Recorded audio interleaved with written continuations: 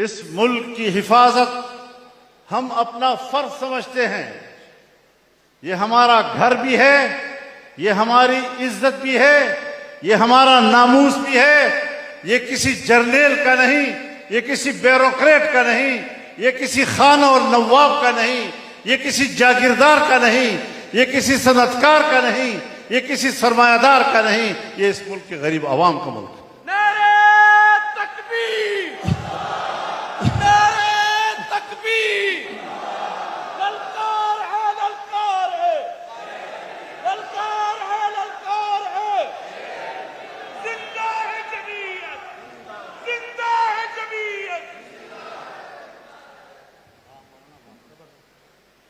अगर हिंदुस्तान ने पाकिस्तान के खिलाफ जारहियत की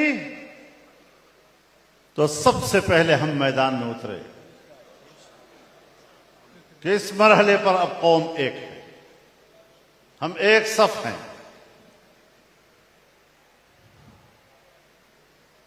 और जब जमीयत उलमा इस्लाम ने पहला कदम उठाया तो जिस मुख्तलिफ अतराफ से और कोनों से कुछ गलत तवक्कुआत थी, उनके दरवाजे बंद कर दिए गए।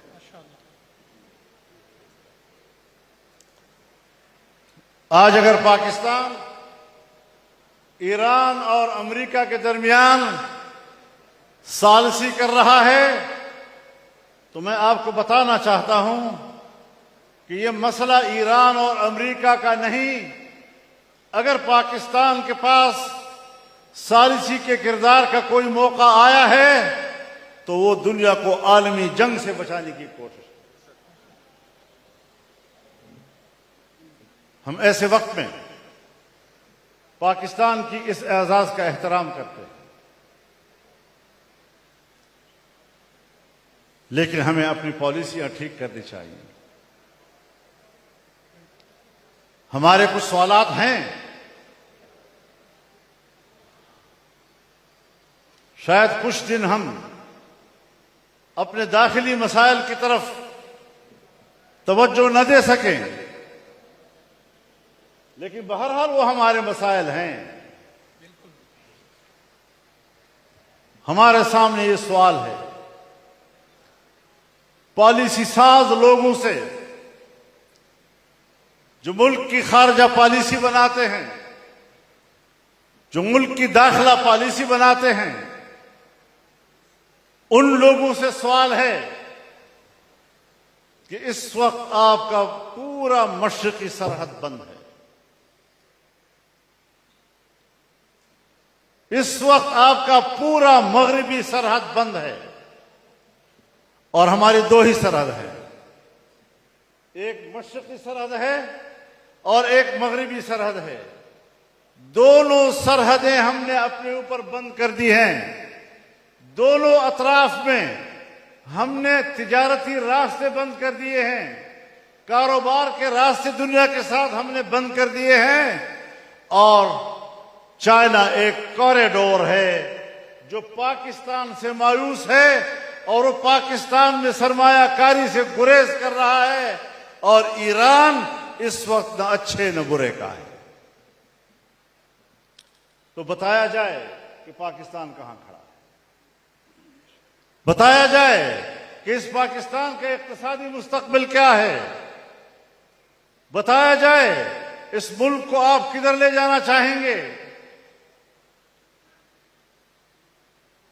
गिरानी और महंगाई, एक तो होता ना हालात की वजह से कुछ तदरीजी तौर पर कीमतें बढ़ती हैं, लोग भी उसके साथ मानूस होते हैं, कुछ दिन उसका एहसास रहता है, फिर मामूली जिंदगी बन जाता है। लेकिन आबनाए हुर्मुज के बंद होने के साथ ही पाकिस्तान में तेल की कीमतों ने ऐसा जंप लगाया है कि हर इंसान हैरान और शफदर रह गया है।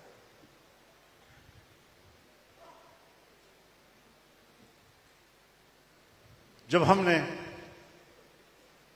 पूरे मुल्क में मुजाहिरों का ऐलान कर दिया,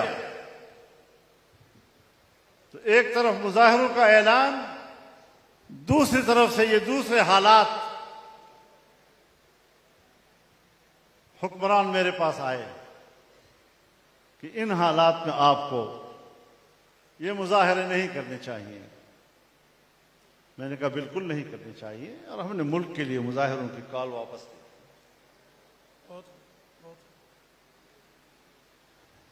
लेकिन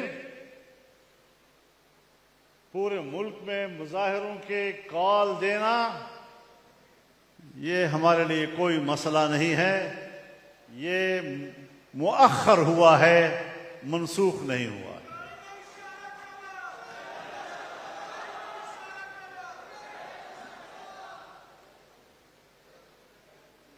हम सोच समझ कर आगे बढ़ते हैं, जज्बाती होकर फैसले नहीं किया करते।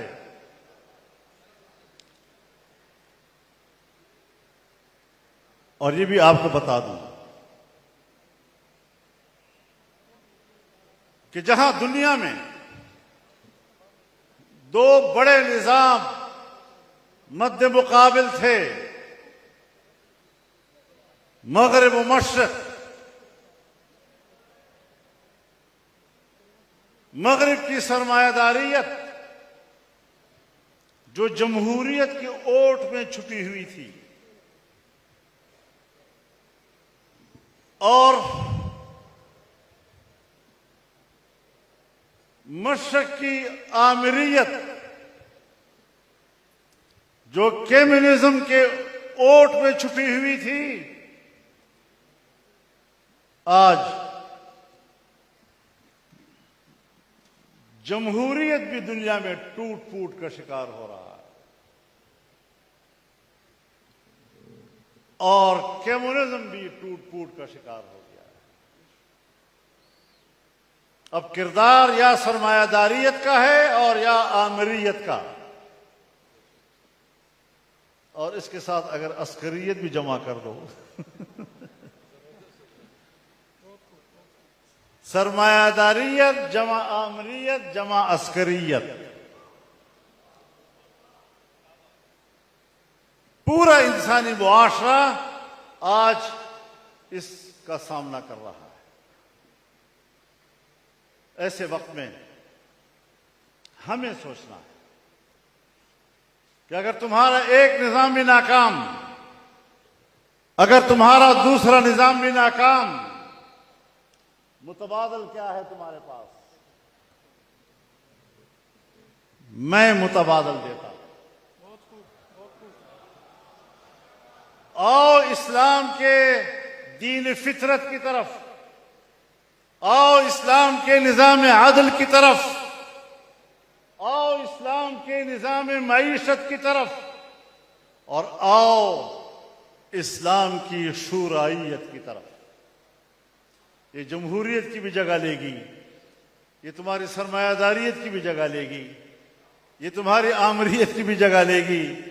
एक बेहतर निजाम हुकूमत हमें देना है, और ये सिर्फ जमीयत उलमा इस्लाम का मसला नहीं, ये सिर्फ जमात इस्लामी पाकिस्तान का मसला नहीं, ये सिर्फ एक तंजीम का मसला नहीं, ये या पूरी कौम का मसला है या पूरी उम्मत का मसला है।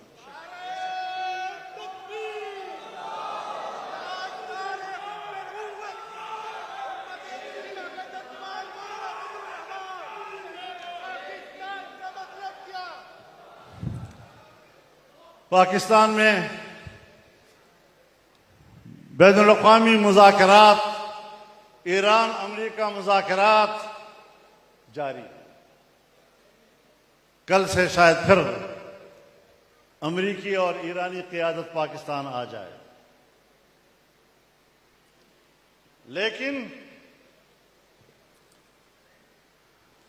डोनाल्ड ट्रंप, अमेरिका जैसी बड़ी ताकत का सदर, एक आलमी कुव्वत का सरबराह, लेकिन उसकी सफारतकारी देखिए, जब वो जुबान खोलता है, बोलता है, बखुदा हमारे मोहल्ले का एक बदमाश ऐसी बात नहीं करता जिस तरह वो करता है। अभी भी धमकियां दे रहा है।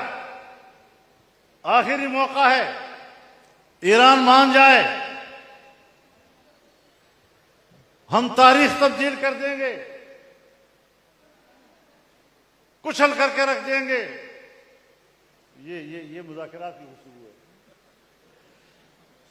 भाई मुज़ाकरात की मेज पर जाने के लिए इस तरह की गुफ्तगू की जाती है।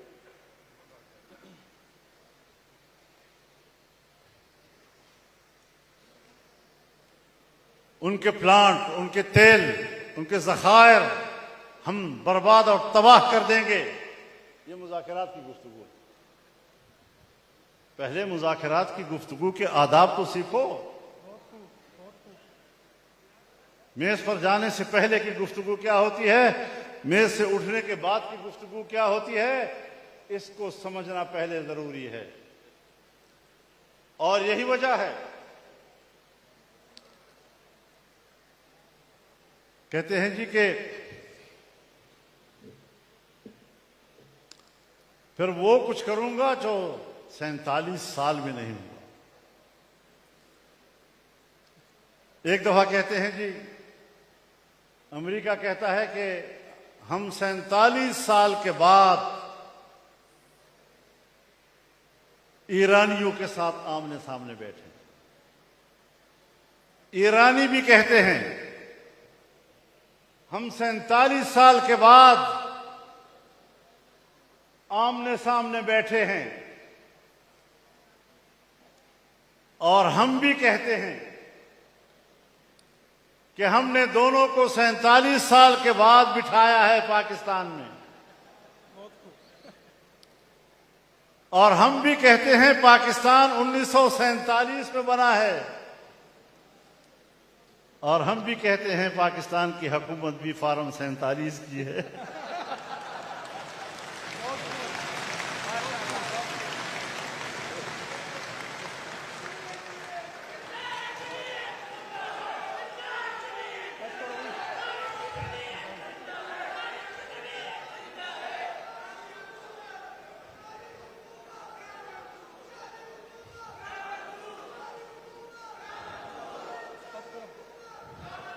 तो निज़ाम हुकूमत को ठीक करो, निज़ाम हुकूमत की असास को ठीक करो। दुनिया के नाकाम निज़ामों के मुकाबले में अगर आज आप आलमी जंग से दुनिया को बचाने की सलाहियत रखते हैं, मैं बहुत पहले से इस बात का दावेदार हूं कि पाकिस्तान 25 करोड़ मुसलमानों का मुल्क, ये उम्मत मुस्लिमा की क़यादत की सलाहियत रखता है। हुक्मरानों में खुदा करे वो सलाहियत आ जाए। आज इनके मज़ाहिर आप देख रहे हैं। आओ उम्मत मुस्लिमा को इकट्ठा करो, कह दो उनको कि निज़ाम नाकाम हो चुके हैं। अब मुतबादल निज़ाम अल्लाह के दिए हुए निज़ाम के बगैर नहीं हो सकता। अब हमने उसी की तरफ जाना है। तो आज सलमान गिलानी की याद में हम ये पैगाम देने की